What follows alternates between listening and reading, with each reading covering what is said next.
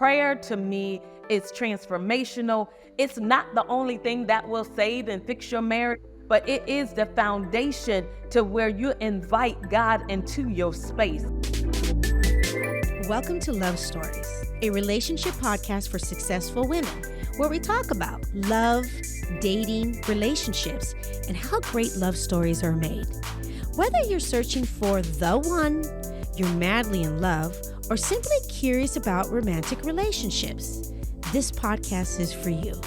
I'm Charlene Byars. Each week, you'll hear from women, couples, and experts, and all the ins and outs on how to create your own love story. I am so passionate about this subject, and I'm so excited to share all the things that you can apply to create a beautiful love story of your own. Cheers to great love.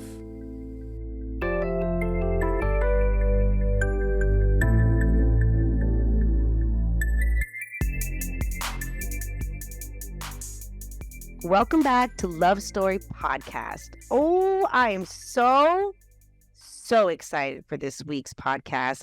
This week I have a special guest. I actually have Chris and Keisha Bass, and they are marriage educators. Yes. But the cool thing is they have actually been married, you guys, like seriously, for over 34 years. Can you even imagine the nuggets that I heard in this interview? Wow, they were on fire. I cannot wait for you to hear this. But I want to talk to my single ladies for a moment. This message is for you. If you haven't had an opportunity to watch, I have this free webinar. Yes, I do. I have this webinar is all about how to attract a devoted masculine man in 30 days or less. And if you haven't had the opportunity to watch it, I highly recommend that you do. Take that time for yourself, because this webinar, it's going to give you tips, and it's going to give you tangible things that you can apply today to go out there and attract some amazing men. And I always say this, ladies, the majority of the men out there, they're actually great. They actually are amazing. And the deal is that we're just not seeing them yet.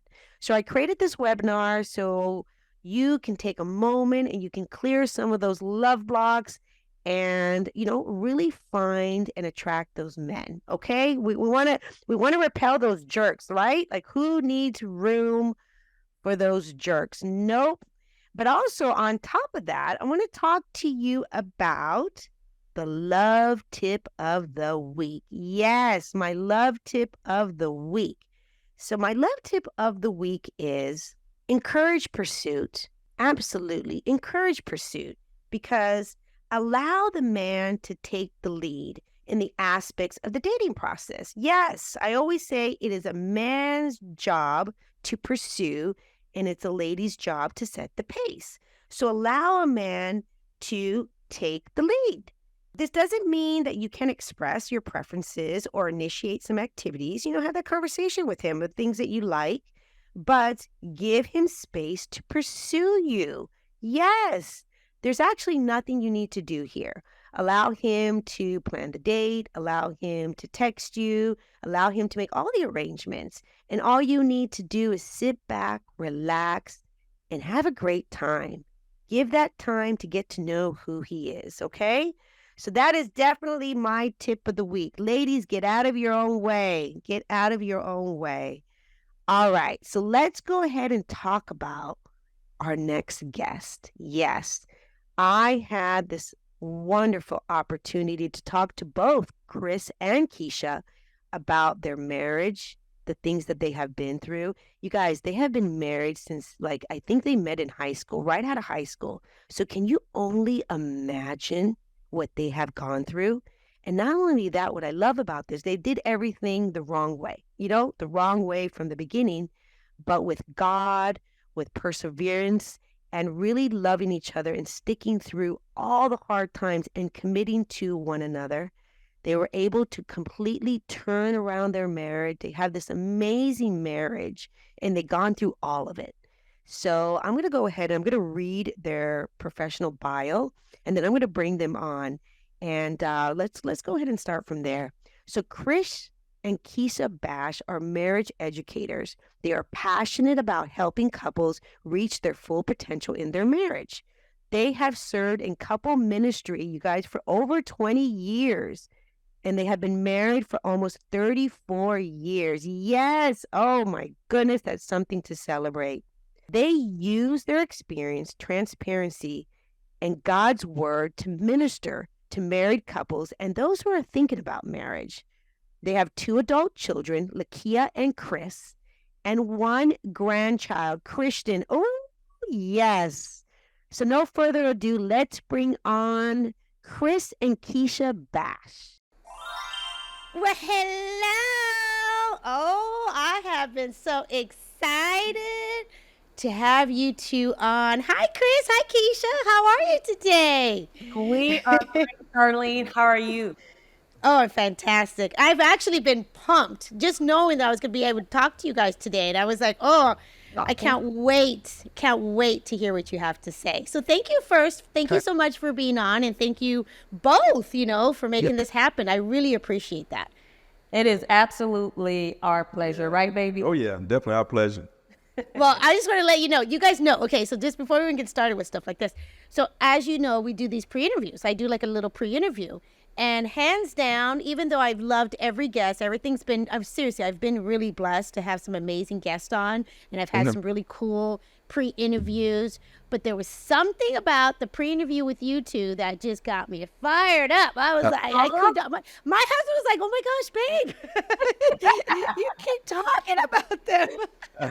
Wow. I was like, well, just wait. I know, no pressure, mama, no pressure. But you know what I loved, and we're going to hear a little bit about today, but what I loved was that, this show is all about relationships and love and really what it is to keep a marriage, to keep a relationship moving forward and thriving and growing.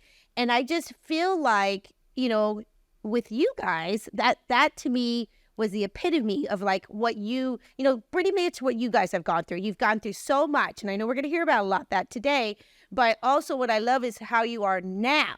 And that's what this show is all about. It's really celebrating love and celebrating, commitment and celebrating marriage and how important it is and how beautiful it is and how it changes and goes in waves. So that's what we're here for. So that's what I really appreciate. And so, but even before we get into the other stuff, I want to get some stuff out of the way. No, seriously, how did you two meet?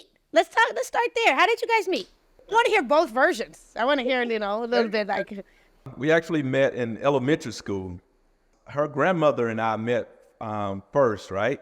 At my elementary school, her grandmother used to work in the cafeteria. So when I, went in to, get lunch or breakfast, she always, treated me well. And so she, just loved me. And she always said that. She said, one day you're going to be my son-in-law. And I was like, wow. And I mean, I'm a young, How old were you at the time? So elementary. So you're probably, 11?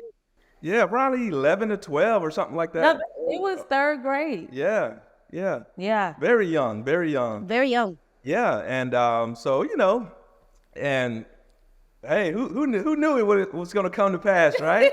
Right. Okay, well, let me ask you this. Okay, so but still in 3rd grade, even though you're not thinking of marriage and you're not thinking of that, and then she's just kind of What was your first impression of her? Were you guys friends, or were you guys were you intimidated, or no? You guys really didn't know each other. What was your first impression? From what I can recall, we, boyfriend, and girlfriend in middle school and high school. But not in 3rd grade. Yeah. Not in 3rd. Okay. She's like, not in And, you were always, off and on, with the teenage love, so off and on. And then I think when she moved away to Pennsylvania for a couple years, then she came back during my junior year of high school. Yep. Okay, now we're in high school. Ooh, Yeah. Okay. Yeah. Hey. Yeah, and Charlene, I never forget. I was on my way to Florida for summer vacation, and she had came into Georgia, and she was walking down the street, and I saw her walking, and she had on a yellow dress, and I was like, oh man! So I told my cousin, I said, stop the car, let me out, right? So he It stopped. was the dress. It Yeah. was the dress. Oh, mama, trust me, it was more than that dress, but it's okay. That's just a part of it. Yeah, so he let me out of the car and we talked and exchanged numbers. So as soon as I got to Florida, I called her and we just kind of talked on the phone and I just couldn't wait to get back home so that I could see her in person. Yeah. Wow. See her in person. Wow. What about you, mama? What was your first impression of him? So that is so true. That is, I was walking down the street with my cousin. It was country little town. We were just chilling, and my husband, he wasn't anything to me then. He stopped the car, but I knew of him. So he stopped the car and he was like, "Man, I need your number, blah, blah, blah." So he called me when he got to Florida. And you know how it is. I think we were 17 or 16 years old. So we were young. And so, not even thinking about marriage. And then, so that's how it started from there. That was a road. And one thing that you forget to tell people that is part of our story, even so that was before we were seniors. And then that following year we were seniors. And then we were in the same English lit class. And he said that we were sitting in the room. And what happened, baby? Chris, what happened? I was, trying to, decide on a, girlfriend, right? So he was dating two of us. Yeah. So I was trying to decide on a girlfriend. I was like, man, I need the right one. And I never forget in that English class when I said that, it's like the sun came through the window and just shined on her, right? Yeah. So I said, okay, she's the one. So, and that, made up my mind from there, just move forward from that point on. Chris, seriously, so you're in class. No, let's break this down. Like you're in class, you kind of, you're 17 years old. You're obviously, you're a guy, talking to different women. It's all good, right? You're not committed. It's all good. And Right. you really had a moment that you're like, I don't know, she's the one. Right. Yeah. Wow, that's powerful. Were you thinking the same about him at the time, or were you still kind of like, no, I'm just You 17? trust me at all. No, I didn't trust him. You know what? And I didn't trust him. But so what I love about God, because we are God fearing, we love God. At that time, I knew of God. I knew the God that my mama knew. I didn't have a personal relationship with him. So that's why I had to borrow God from my mom, because she's the one that had the relationship. My husband at that time, he would probably go to church once a month or something like that. And so we really didn't have that intimate relationship with God like we do now. But what God did was he already got into our story before our story began. And so that's what we love. And we had no idea, like, even though, we'll talk about, like, we cycled for many, many, many years, was still part of our story. That's the reason why we show up today like we do, is because of what we went through back then. So even though God orchestrated the start of where we were with the sun coming in, that was just, okay, let me see, son, if you're going to be obedient, even though you don't really know me, but I know you.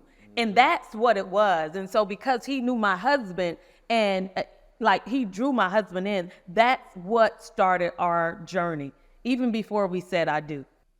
Even before, right? So okay, so let me ask you this. So at the time, so, because a lot of times, people, when it comes to their walk with God and stuff, they go in waves, and especially when we're younger, right? Yeah. And we really don't have that true relationship with him yet until, things happen. I understand that.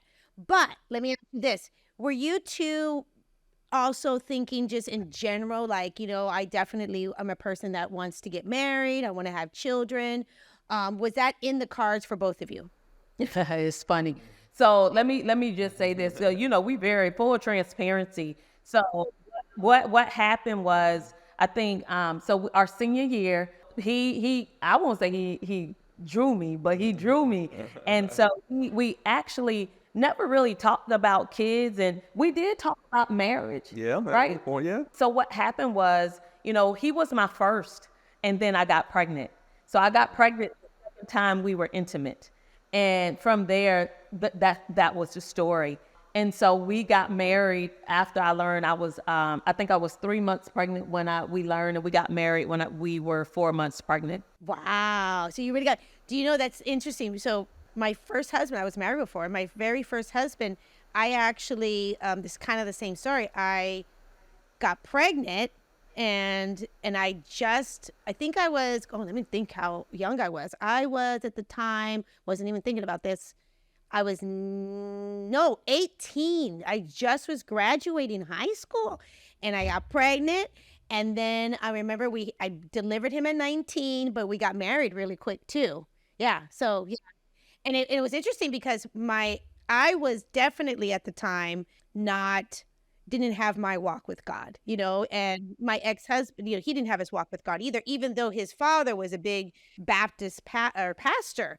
But I think his upbringing and the way, you know how you know that, like you can either be brought up in, believing about God in a very loving and nurturing way, or it can be a lot of fear bombs. It can be, and so he has his journey was a lot of fear bombs. So definitely. So I totally get this. I mean, things happen like that. But so now mama, so you're like, oh my goodness, I'm pregnant.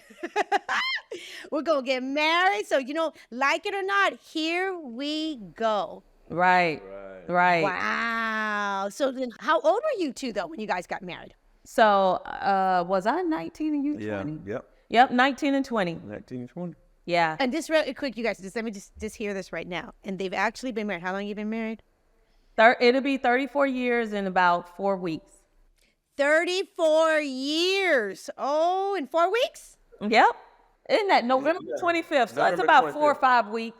Okay, so let's talk about this. Okay, so now we have a couple. Let's get here. Now we have a couple, very young, fresh, like not sure what is going on, and I get it. It just that was me. I had no idea about relationships, marriage, and now I'm like, gonna have a baby too, and I'm thinking, okay, what ends up what happened?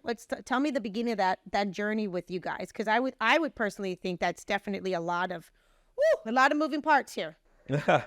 Like you said, it was a lot of moving parts, primarily because we didn't know how to, be married.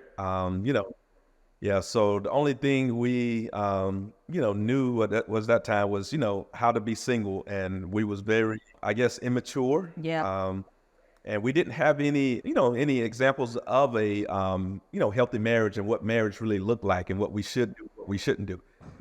So it was very toxic in the beginning because like I said, we was just very selfish and we wanted to do what we wanted to do. Right. And so with me, even though we were married, I felt that I could still have my, lifestyle that, the way I was accustomed to having my same friends.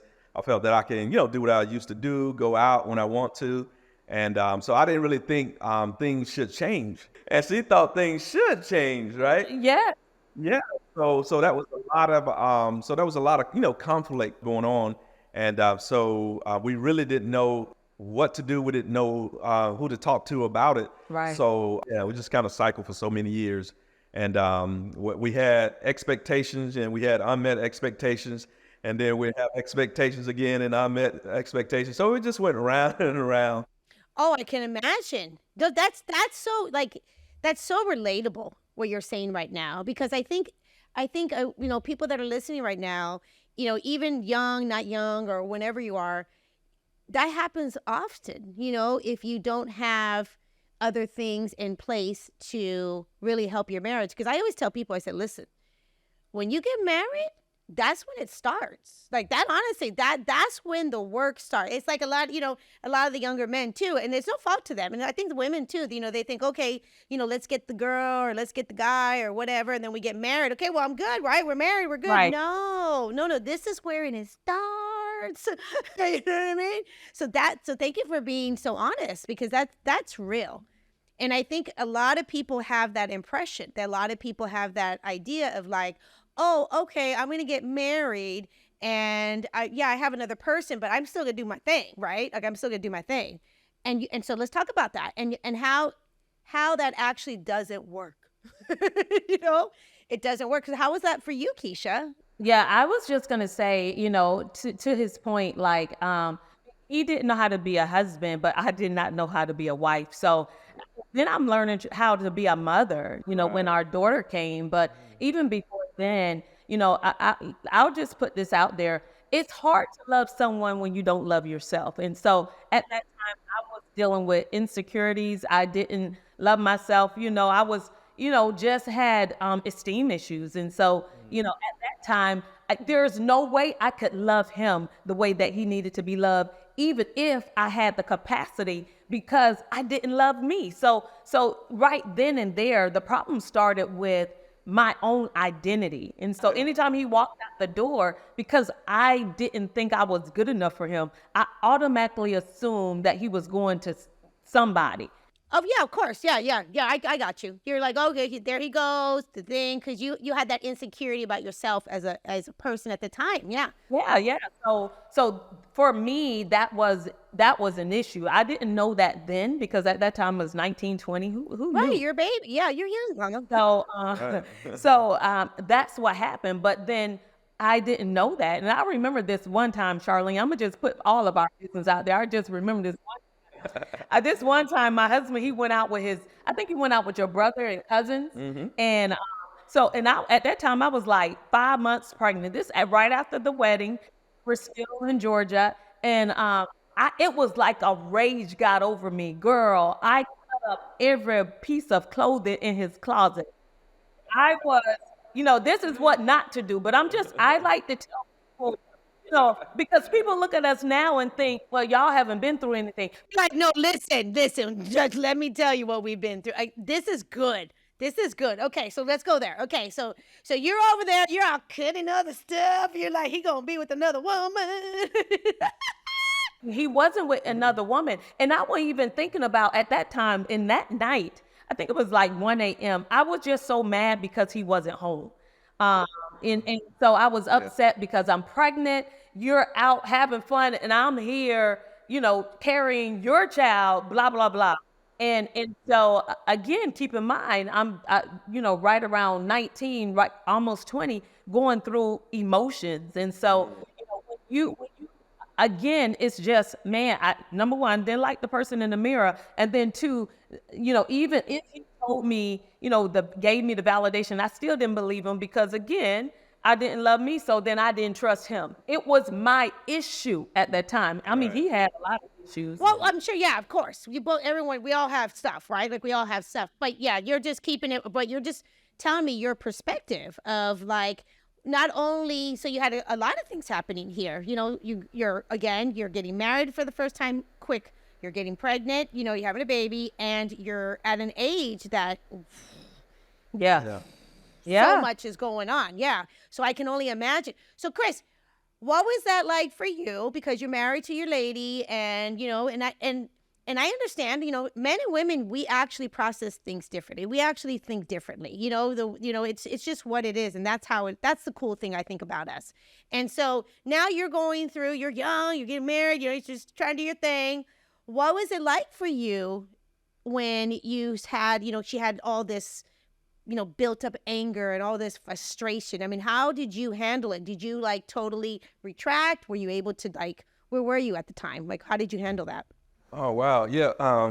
Back during that time, I think I just kind of shied away a little bit, to separate myself from it, because what I was hearing, all the advice I was getting was bad advice, right? Advice I was getting was saying, hey, you don't have to do this, you don't have to do that, it's her issue, everybody else is doing it, and so, don't worry about her, she'll be okay.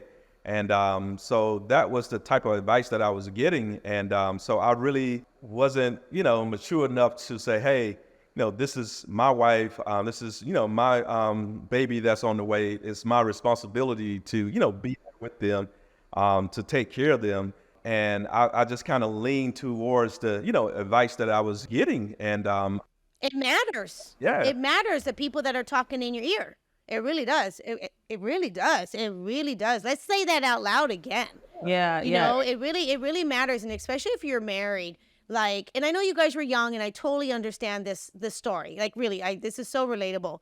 But I'm telling you something, and you know this. Like, when you're married, it's so important, like, who you surround yourself with, and the advice that people give you, and really make sure if you're asking for advice that it's with a trusted person that you respect, and then you respect what they have to say. So I can even imagine. So that probably just made it worse. So you guys are young. You're in this marriage, and you both are just like, where? Right? That's real. Where was God in your life at that age and at that time? So for me,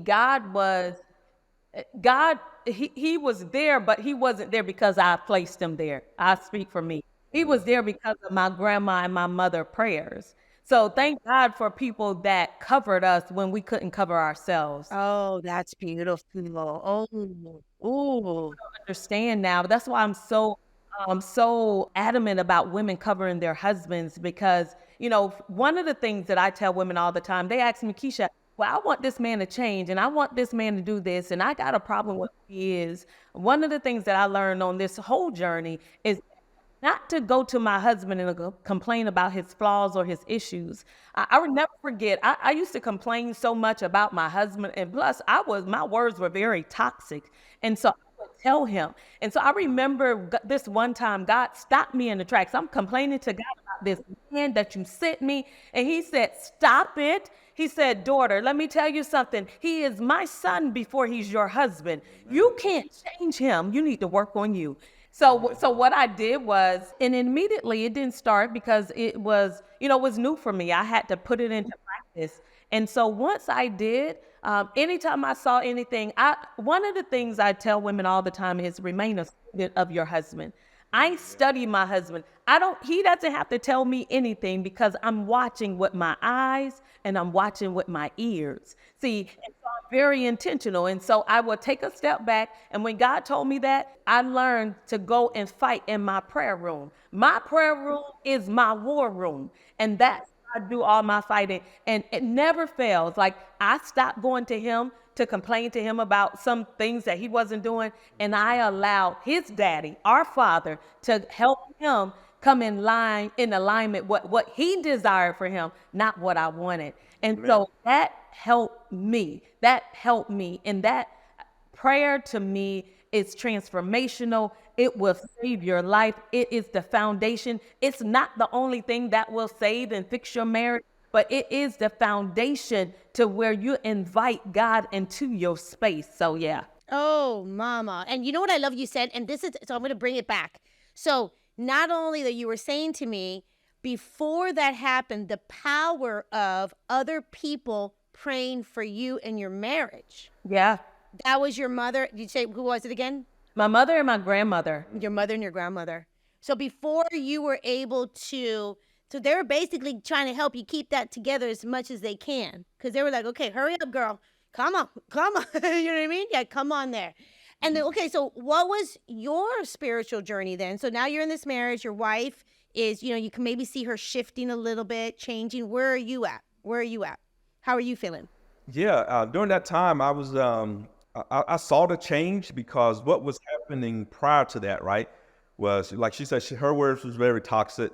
My words were very toxic, right? So, so we argued and it fought a lot. So that really didn't get us anywhere, right?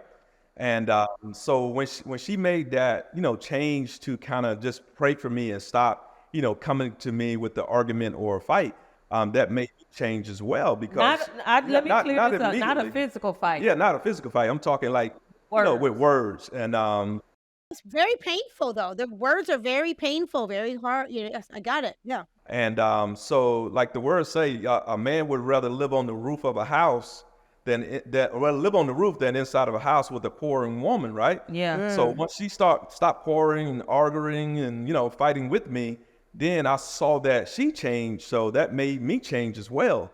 So it was very good for me to see that, okay, I have to do something different because the woman that she used to be, she's no longer that person. So I had to, grow up and change some of my ways as well.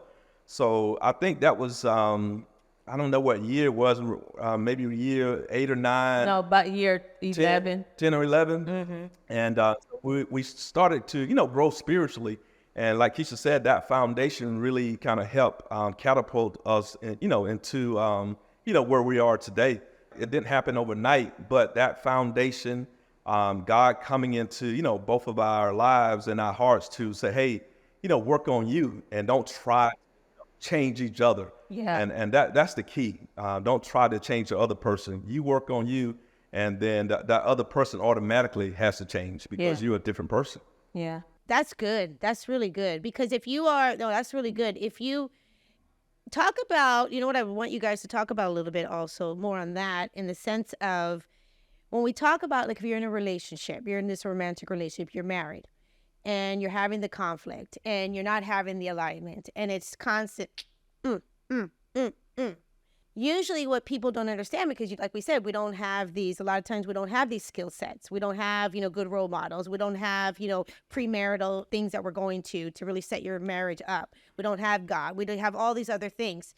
That really keeps a marriage, in this very low vibrating state, not happy, not in joy. They're not joyful. So now that you guys, and I know you guys, talk about relationships, and I know, Keisha, you help women with relationships and all that stuff. What would you say, like Chris just said, like, what would you guys say is truly, like, one of the biggest gifts that you can give each other in your marriage? One of the biggest gifts, I think for me, is to be seen. Like, when my husband really started seeing me, first I had to see myself, but when he started seeing me, that really made a difference. I don't need validation. At that time, even now, the validation, I don't need him to validate me. I love that he can support me, but my identity, again, is in Christ. Now I know that, so I no longer struggle with that. But for him to see me, and what comes with him seeing me, he sees my imperfections. He sees my flaws. He sees the good. He sees even the bad, because I'm still on this journey. Yeah, we're humans. Yes, on this journey on earth. Yes. Yeah, so with being seen, you're talking about all the dynamics of who I am, and you still love me. Listen, that to me, that's what people can do. So, like, he's not trying to make me be anybody else. He's loving the true, authentic Keisha Bass. That's what, for me, that's one of the benefits of, being married to him and allowing him to just pour into me. Like, I receive it well. So anyways, that's what I would say. Man. Chris, what do you think of that? Her saying that right now. That's pretty powerful. Yeah, that's very powerful, man. And that's what it's all about, getting to the point where, you see each other. What we use this phrase, we call it other-centered. Mm-hmm. And so one of the greatest gifts I think, spouses can give each other is becoming other-centered, right? And what that's all about is actually, putting that other person first and letting that other person become the center of your life, outside of, God, of course. But I got to a place, she got to a place where it was all about, her for me. And I wanted to make sure that she was happy, taken care of, satisfied. And then she did the same thing for me. So it's just worked. It made our relationship so much sweeter. Yeah. And during that time, as we both were, growing and we were learning, right? And at the same time, we're changing, evolving, becoming different people. What I loved about Keisha is she gave me the grace, to grow, because, I was making mistakes, right? But I was learning from those mistakes, and she was giving me the grace just to become. Yes, to become. The person that I am today. And so I thank God for that, and at the same time, man, just respecting me enough to say, hey, babe, this didn't work out this way, or this didn't, work, or this didn't happen. But hey, I still got your back. I'm with you. You know what I mean? We just move forward. So I just thank God for that, for her just, loving me enough to giving me that grace and that room to grow and become the person. That to me, that to me is the coolest thing, because I always feel that, like, what happens is you take truly two imperfect people, right? And you're not going to come together perfect. That's not how it works. That's not how it is. You take two imperfect people, and hopefully with all the right alignment, right? You give each other the space and the dignity and the love and all that to grow, to become each other, to literally become your best self. Yeah. That to me is what's amazing about relationships that last and relationships that stand the test of time. It's not about, right? It's not about, again, like pointing the fingers on that person, because it's exactly what you guys said from the beginning. You're like, you have to take care of yourself first. You have to love yourself first. You have to look inwards first and see what you're doing. But to have that and you guys giving each other that space, that's beautiful. That's so cool, you guys. No, seriously. And Keisha said something so powerful that I wanted to kind of, piggyback on. And she talked about, knowing each other's flaws, right? And one thing, we tell couples too is that even though, none of you guys are perfect, right? And you have flaws, but what you got to realize, even your flaws have value, right? Yeah. And so, and that is so powerful. So I never forget, I was working on something one day, and I was doing some research on gold and like gold nuggets, right? Okay, yeah. So gold nuggets are like, 40% of silver and like 20% copper. But even though the silver and copper is in a gold nugget, they still have value, right? Yeah. So that's how you got to look at your relationship, man. You know what I mean? She may not be, 100%, perfect in this area, but what she does is still valuable. It still brings meat to the table. So, that's what it's all about, man. You just got to look at. That's such a good point. That's actually what it is. That's beautiful. No, seriously. Yeah. It's like, what is all the value that the person brings? And it could be all the levels that you just said. Yeah. It's not just the good. No one's, like I said, we're imperfect, right? We are. That's real. That's keeping it real. Yeah. What do you think? Okay, let me ask you this. Let's take it somewhere else. I'm going to ask Chris first. So, what's your favorite thing about her? Man, it's so much. But one of the things that stand out is just been standing out, so boldly. Lord, let me see what in you the gonna last. say. Mama, let him go.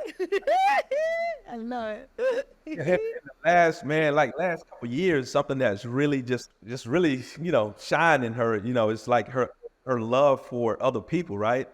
And I tell people all the time, man, I said, hey, she really loves people. And like with me, I said, I like people real hard, but she really loves them, you know what I mean? So yeah, she really loved people, right? And I was like, man, I just strive to, become like that. It just encouraged me to, to want to be better, the way she loved and care for people, man. It's just amazing. It's inspiring. No, and you can tell, like, no, seriously, I know we only met one time, so I'm just going to go by that. But I can tell, like, you just have that sweetness, this love, and I can tell, like, you truly care about people. Yeah. Oh, you guys, I was talking earlier before we even got on, the podcast today. I was just telling her that, after our pre-interview, I started watching her on her IG page. What's your IG page? Why don't you just say it real quick right now? But we're going to put all the stuff there.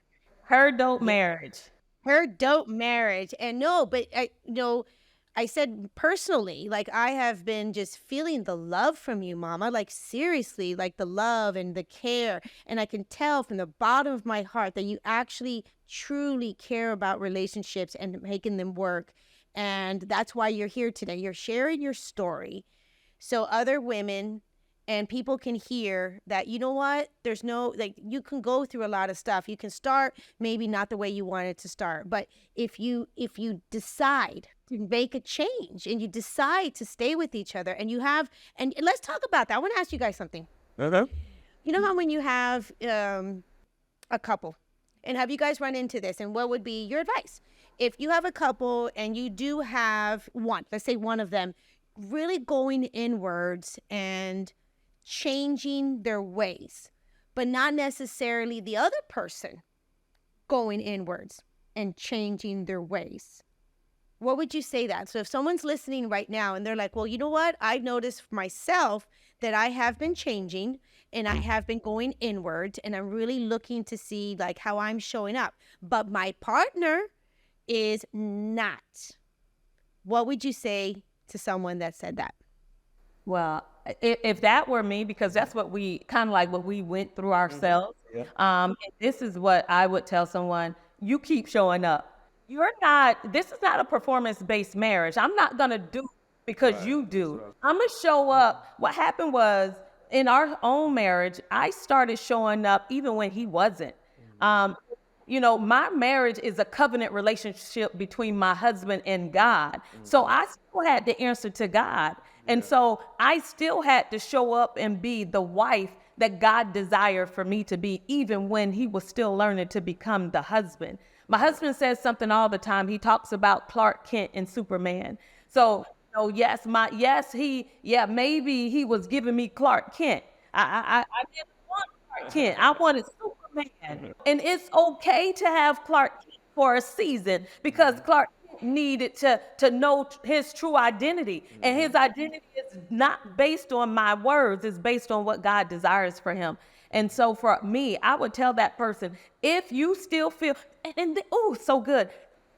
You don't even know. See, God works on the heart, but some things you don't even see the internal workings of what God is doing. Amen. So you're looking at the outward appearance thinking that, oh, this person is still the same. Well, maybe, but maybe not, because it has to start in the heart first. Yes. That is something that you can't see. So how about you show up? There's a scripture at 1 Peter 3:1, and I'm speaking for the wives. It says, you win your husbands by the life you live, not by your words, even if he doesn't believe. So the influence that you have, you have to check and see, what is the motive? Why am I trying to change him? Is it because I'm selfish and I want this? Or do I really care about who he is as an individual? And so anyways, I would say you have to work on you. Continue showing up until he does. Continue showing up until she does. Amen. I mean, would you agree, babe? Yeah, definitely. What about you, Chris? What do you think? That was wonderful. Yeah, she pretty much took the words out of my mouth, man. Marriage is not, based on performance. It's not a 50-50. Yeah. That song 50-50 love, you got to get that out of your mind, because it's going to be some days when, the other person may not be feeling well or whatever, right, or going through a sickness or what have you. So you can't base on performance well say, since you didn't do that, I'm not going to do this. Right. It doesn't work like that. Yeah, that tit for tat doesn't work. No. Mm-mm. What do you guys, that makes so much sense. What do you guys think then, like when you run into, we all, do this type of work, but what do you think you hear the most when it comes to, couples in the struggles? Do you think it really is more like, I want to change that person and I'm not accepting that person? When you start hearing people having those complaints about their marriage, is it like you said earlier, is it women truly wanting to change the husband or feeling like the husband's not, doing whatever? Or what do you think it is from the men? Or do the men not complain as much? Yeah, actually, we just heard this yesterday, actually. Yeah. Oh, okay. Listen, there you go. We lead a marriage group, and one of the wives said yesterday that she was trying to push her husband into where she thinks he needs to be, right? And what we told her, that's one of the biggest mistakes that you can do. You can't push him into anything, right? Because he may not be ready for that yet, and God may be still working on him internally. So what we always tell people, don't push your spouse into anything. So you wait till they start moving, and then you start pulling. Yeah. Because once you start pushing, that's going to create friction. Anything you push is going to create friction. It's going to create noise. It's going to create some tension and frustration, right? Mm-hmm. So you never want to do that. You never want to kind of get in front of a person or want more for a person than they want for themselves. So you have to be patient and wait for that person to start moving in the direction that you desire them to move in. Or even God. For God to move them in. Yeah. I would say for God to move it. Mm-hmm. And same thing with women. I think women, it's so funny. Like, we want men to show up the way that we want them to show up. Like, hey, let me tell you, I gave my life to God. I never forget. I gave my life to God, let's say 1 week. That same week, I wanted him to do the same thing. Let's talk about that. That is so good. Like, us women, oh my goodness, it's the same thing. I want to hear about this. Ladies, listen to this. This is all of us. So I wanted him to give his life, and And I never forget, it was this is when our daughter was maybe like, she was less than a year old. And I was going to church. It was night service and it was time for New Year's Eve service. And I was like, babe, are you going to church? And he told me no. He laid in bed drinking his little wine cooler at that time. So he didn't know God. So I was like so mad. So I tried. Now, let me tell you. So what people fail to realize, you can be a Christian, you can love God, but you can still raise just as much, you know what, than the other person. And that's what I did. And so just gave my life to God. And I remember I tried to cuss him out and went on to church. I'm just saying, tried to cuss him out and went on to church, went to church, came back home and started back at it again. And then one thing he told me, he said, babe, you remember what you told me? What'd you say? I said, well, why should I go to church and serve your God if you still coming back here acting this way and cursing me out? You know what I mean? That's good. That was good. Oh, So that was it good. wasn't a witness for me right at that time. So, Yeah. So she couldn't call me. Yeah. Keisha, what did you think? You're like, oh. You know what, Charlene? So what I did was immediately I took offense to it, but then after that, God told me, it's as if God was talking through him and saying, all right, daughter, you need to shut your mouth. And so again, I had to realize that it wasn't, I had my own Damascus Road experience and I needed for him to have his own. It's not like he had to come on my road and have the same experience. Right. And so let me tell you, at that time we were in Pennsylvania. And you know what, God, I'm going to take my hands off of him.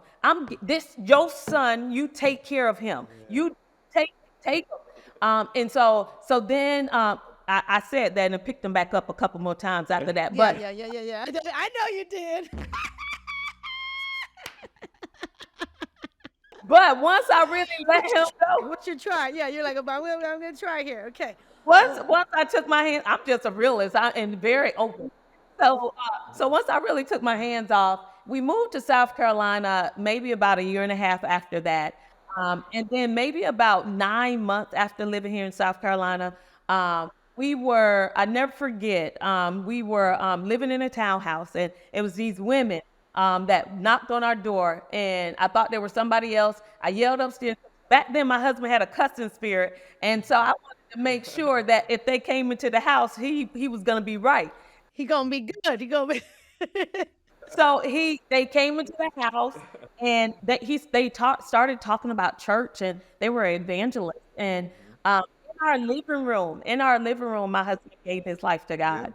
In our living room. So you can't tell me when you take your hands off, when you stop trying to control the narrative, when you stop trying to make his walk look like yours, when you stop trying to give God ultimatums based on what you want, when you lay him down on the altar for real, God can come in and change him or her. I'm telling you, I've seen it with my own eyes. Yeah. Mama, that is so powerful. Oh my goodness. Because she's like, I have been there. Seriously, I've been there. Yeah. Oh my goodness. Okay, so this is going to lead right into the other question I asked him. What's your favorite thing about your man? You know what I love about him, and I tell him quite often, like I see him, like he always celebrates me, but I love that he's growing, like he's open to change. Not for me. He's such a God-fearing man. I love that about him. He says that I love people and he like them real hard, but I see that he is not coming on my side because I'm in alignment with the Father. Like he's there as well. Like he has a heart for people. And I just love that he wants to grow. I told him, we had yesterday at our group, I opened up in prayer and then he closed in prayer. And so I just love that he lets God work on him, like work in him, let him change him. I mean, it's so beautiful. We joke about this all the time that I've seen it with my own eyes. And we did this prophetic class a couple months ago. And I never would have ever thought that my husband would operate in the prophetic. And so we did the activation piece and he was praying with other person, and just to hear the clarity that he provided to her. I had to stopped the class immediately and I said, this has been an answered prayer. Like I had prayed years for this, and for it to show up in the natural, I just had to celebrate his yes. And that's what I love about him. His yes is so pure, it's intentional, and it's ever growing. It's not a yes, period. It's a yes, comma. It means, God, I will continue to do what you want me to do. So, yeah, that's what I love about him. Oh, girl. I love it. I love it. You know what I'm loving about this? Like, seriously. So I love that the way that you guys started, again, is, I would say more common, right? Like people starting young, people not knowing what the hell they're doing. I understand that. Like that's just really what happens. But what I love about this is the journey on, again, you both coming to different places at different times, which is important because I think that's really important for everyone to hear. Because I think also, me too, myself, I found myself in my marriage often. I want things to be, I want him to be where I'm at, or I want him to change, or I feel like I have this whole thing that I want, but it's not necessarily God's timing. It's not for me to push that. And I've learned as a woman, I've learned as a wife to let go, to just honestly, to just let go and allow things to be, as long as I'm also myself working on me. And so what I want people to hear is that, you guys, seriously, there's no perfect nothing. And relationships, they actually take work. And the work is not a bad thing. It's not a bad thing. It's like you want something in life, you got to put in the time, you got to put in the effort, you got to put in the love. And I want people to hear that. Like so you see these two, and you could just feel the love, and you could feel the fun, and you can feel like you guys just have joy. You guys, seriously, you guys are just joyful people. But you just heard, it wasn't always like this. So there is possibility for all of us. Seriously, love is available for all of us. Love is beautiful. And the honesty of this conversation today, I just want to say thank you. And I know we're not done, but I just want to say thank you because I want, she's not going to let us go today. No, we're not going to go. No, but I just, but I want people to, because I want them to hear themselves in these stories, right? Like to say, oh, okay. Oh, so just because I'm changing and he hasn't yet, that's okay. That's actually okay. And just like, you made that point. So when it comes to, what else would you say to couples that you feel is so important to keep people also thriving and connecting? What's another thing do you think that maybe we have not talked about that is just right up there with everything else we've talked about that maybe somebody needs to hear today that's important for a marriage? I would say one of the things, I would say community. Community is so important, the right community. And what do I mean by that? You have to make sure, we talked about it earlier, but you have to make sure that you don't talk to people that are wounded, because a wounded person is going to give you advice from how they feel. And so you have to be careful. You have to be open. I'm not saying you need 10 couples to be in your community. You need a safe place for you to be. And so for me, community is so important. I tell women all the time that when I coach them, I always give them my number because I find that they're coming to me because they don't want anybody else to know, number one, and then two, they probably don't have anybody else that's going to give them truth. And so I always offer myself as that safe place. And so find that safe place, whether it be a pastor or a minister, or whether it be a couple friend. You have to be intentional about creating space for healthy relationships. And then for somebody that can call you out, it not take offense to it. You know what I'm saying? And that's what happens when you're in a safe community. So that's one of the things I would say is make sure you have safe communities. Yeah. So. I love that. No, that's really great advice because I think that's something that we don't talk about. I think we talk about all the other stuff, the communication and this and that, but we don't talk about like who you're actually surrounding yourself with, like who you're listening to, who you're getting advice from when you need the advice. When Yeah. you need to step out. Yeah, that's fantastic. No, thank you for saying that. Yeah, Charlene, because you are a product of environment. And so if you hang out with this group and all they're doing is man bashing or women bashing, then at the end of the day, that's something that's gonna get on you. That's a spirit. And so you get home and you start acting away. Well, I wonder where this come from. It came from the company you kept. So you got to be intentional about the spaces that you're in, because you do become a product of your environment.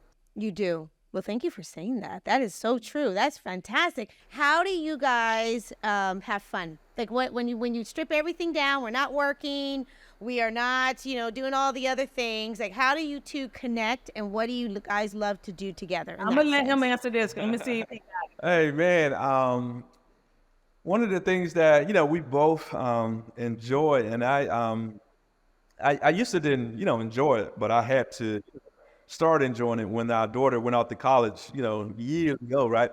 Was shopping, right? I became her shopping buddy. And so she always, loved shopping and fashion and all that stuff, right? So we love to shop, we love to travel. So when you travel, of course you find new places to shop and, different things of that nature.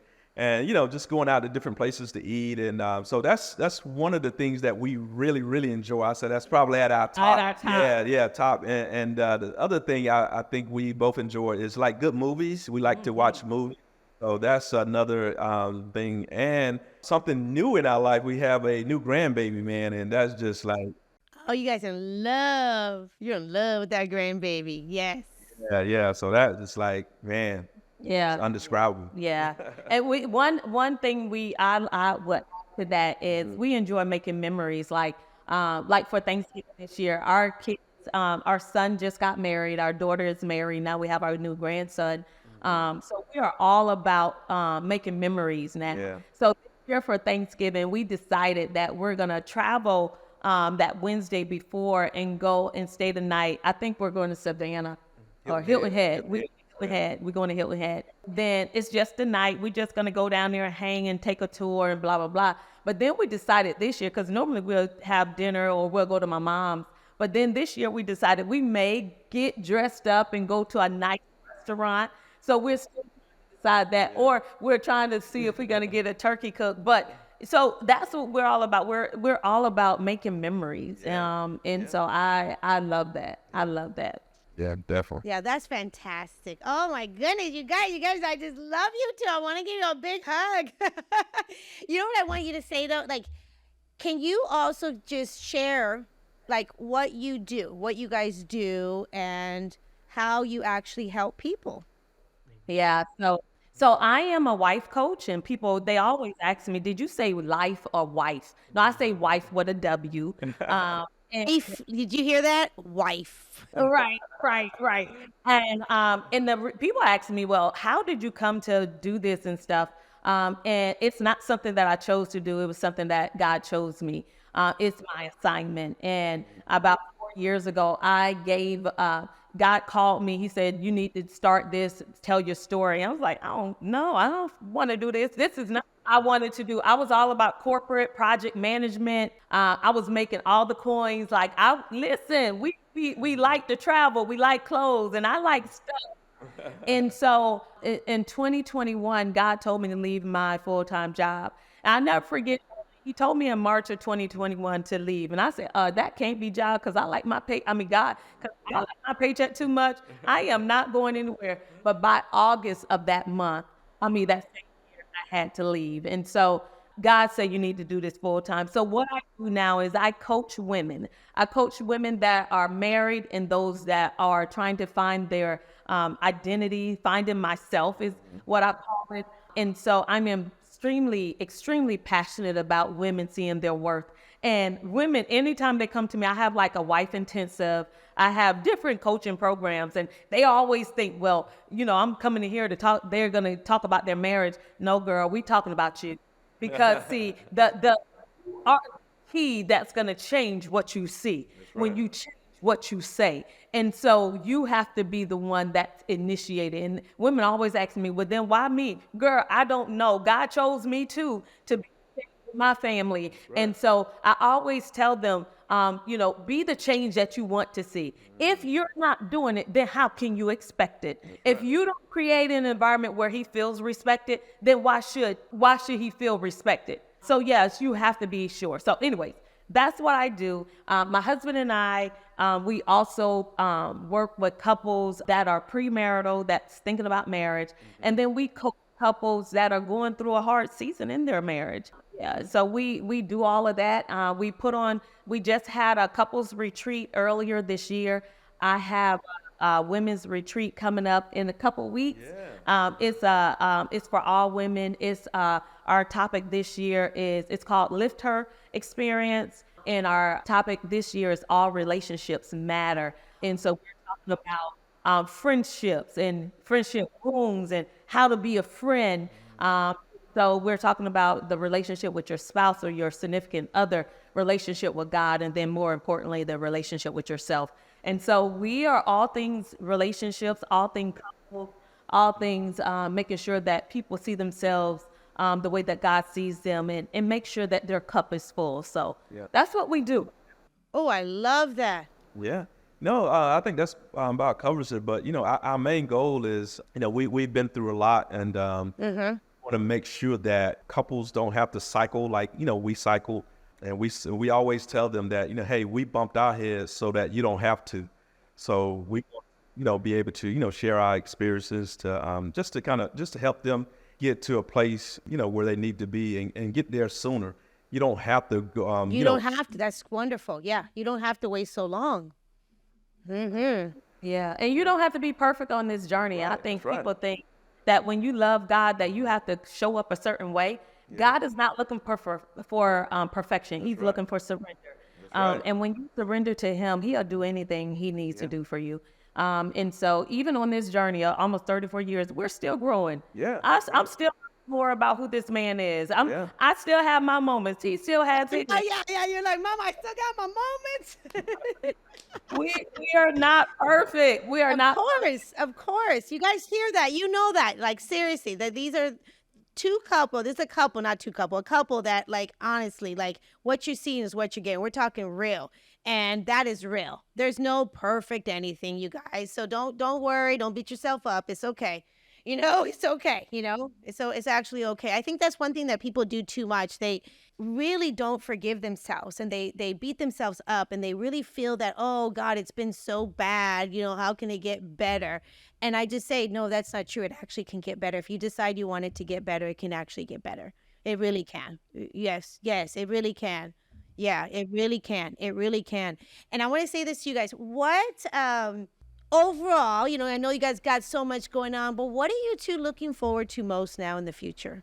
For me, let me just say me, because I'm on this journey of self-discovery. So I told my husband in 2024, I don't know what God is going to do. I'm looking for it. I'm not about money, but I do believe that God is going to, like all the seeds that I planted, like leaving my job and taking a huge pay cut because I'm walking in purpose. I believe in 2024 that God, Michael Todd came to our church not too long ago, and one of the things he preached about was bamboo. And it takes bamboo 3 years to grow on the ground before it sprouts. I am walking my third year, my bamboo season. Yeah. And so it's about the sprouts. So this year into 2024, like the residue, like everything that God said he's going to do is going to happen in 2024. The money, my courses, like I just believe that's what I'm looking forward to. Yes, my family, that's good, but I'm looking for the harvest. That's what I'm waiting for. Okay. Yeah. Oh, I love it. God, no, Mama, bring the passion.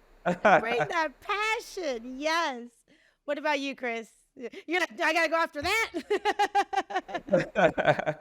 Well, honestly, man, I'm looking for, pretty much some of this, the same. Of course, like Keisha said, family, the growth with the grandbaby, and, just this, developing, that relationship with him as he, gets older, man. I'm just super pumped about that. And just the people that we're connected with, just seeing them, grow and, expand, man, and just, go to another level. So I really get excited, when I see that, to see that progression, in their relationship. Yeah. So I'm just looking forward to just more of that, Yeah. Just super excited, man, about what God's doing. Yeah, God is so faithful. Yeah. Oh, I love that. Thank you for that. And if so, I want you guys to leave it on the last note. Is there anything that you want to share with either a lot of my audience are single ladies, really looking for love and haven't had the best luck. Maybe you've been married before, kind of, feel like, oof, there's not a lot of good men out there anymore. What would you say to them? I think for me, I would say get healed first. Make sure that you're healed so that when that person does come, because he's going to search for you, you don't have to go look for him.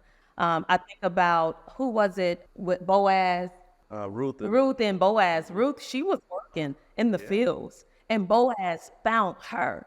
So, but I would say this, Ruth, she got healed first. Naomi was her mother-in-law, and so she stayed with her. So I would say to those single women that's looking to get married or looking to find that companion. Yes. First, sis, let me tell you, girl, get healed. Lay aside every weight that so easily beset you. It's time to let that go. You can't walk into new when you're guarded.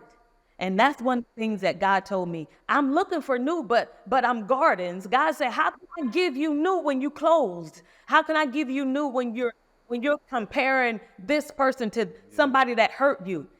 Get over the hurt, process. I remember I went to see Anita Phillips at this thing with Sarah Jakes. One of the things that she said was, feel what you feel, but then move on. Right. So when she said that, it's so powerful. It's okay to feel what you feel, but don't stay there. Yeah. So process what you need to process and then move on. And it's okay. It's okay. And last thing, I'm gonna let you talk.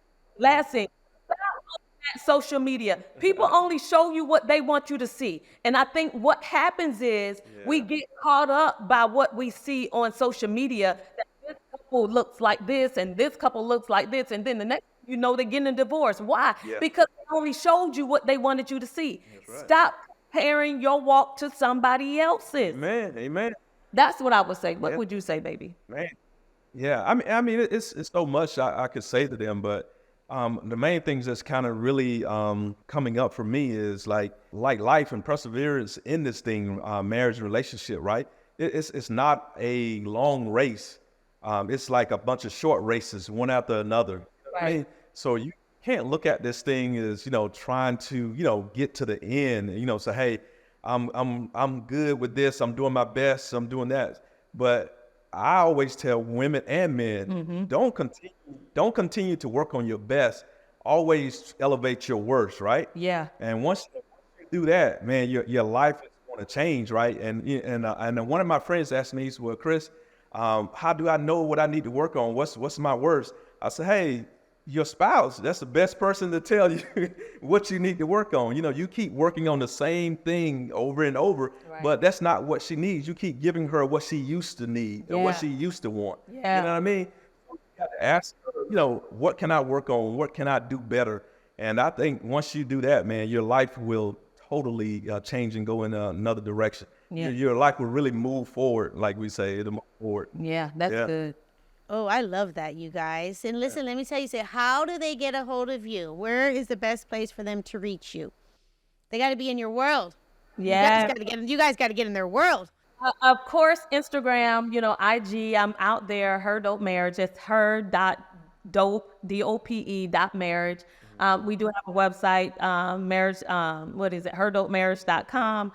I am on everything. TikTok. I am on Pinterest. I am Facebook. Facebook is but I'm everywhere I need to be. And if you need me, I'll be there. And people always drop into my DMs. Can you pray for me? Can you give me some advice? Yes, I offer it as a service in regards to coaching, but I'm always going to give you a nugget. I'm not going to leave you empty. I'm always going to give you something to inspire and chew on so that you do see, man, maybe I need to partner with her and see how I can do this thing God's way.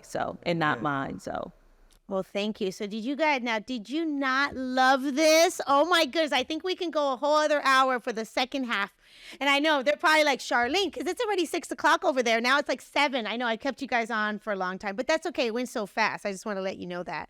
So I just want to say something. I just want to say thank you so much for today.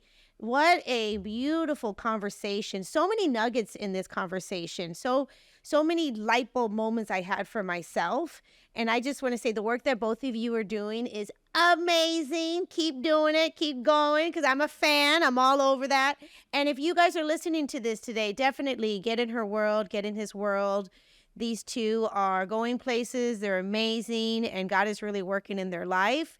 And, I think we all can learn. I think we can definitely learn from both of you. So thank you so much for being here. Is there anything else that you would like to say before we wrap this up? No, you got something maybe? No, it was just a pleasure, to be here today, and I just thank God for the opportunity. Yeah, I echo that. Thank you for the opportunity. Thank you for seeing something in us. We are passionate about what we do, and we just want people to know that, they can have this as well. So it's not, if God did it for us, he can do it for anybody. So Amen. Thank you so much. And listen, I always want to say, cheers to great love, because that's what it's all about. yeah. Great love. Thank you, guys. Thank you so much. That's a wrap. What an amazing journey Chris and Keisha have been through. Seriously, from the lowest lows to the highest highs, such an inspiration on love and what it took to have a thriving relationship like the one that they have today. Wow. If you're loving this podcast, please hit the subscribe button and leave a 5-star review, because each week I'll be bringing on guests that share everything when it comes to love, dating, and relationships, so you can apply it to your own life. I'll see you next week.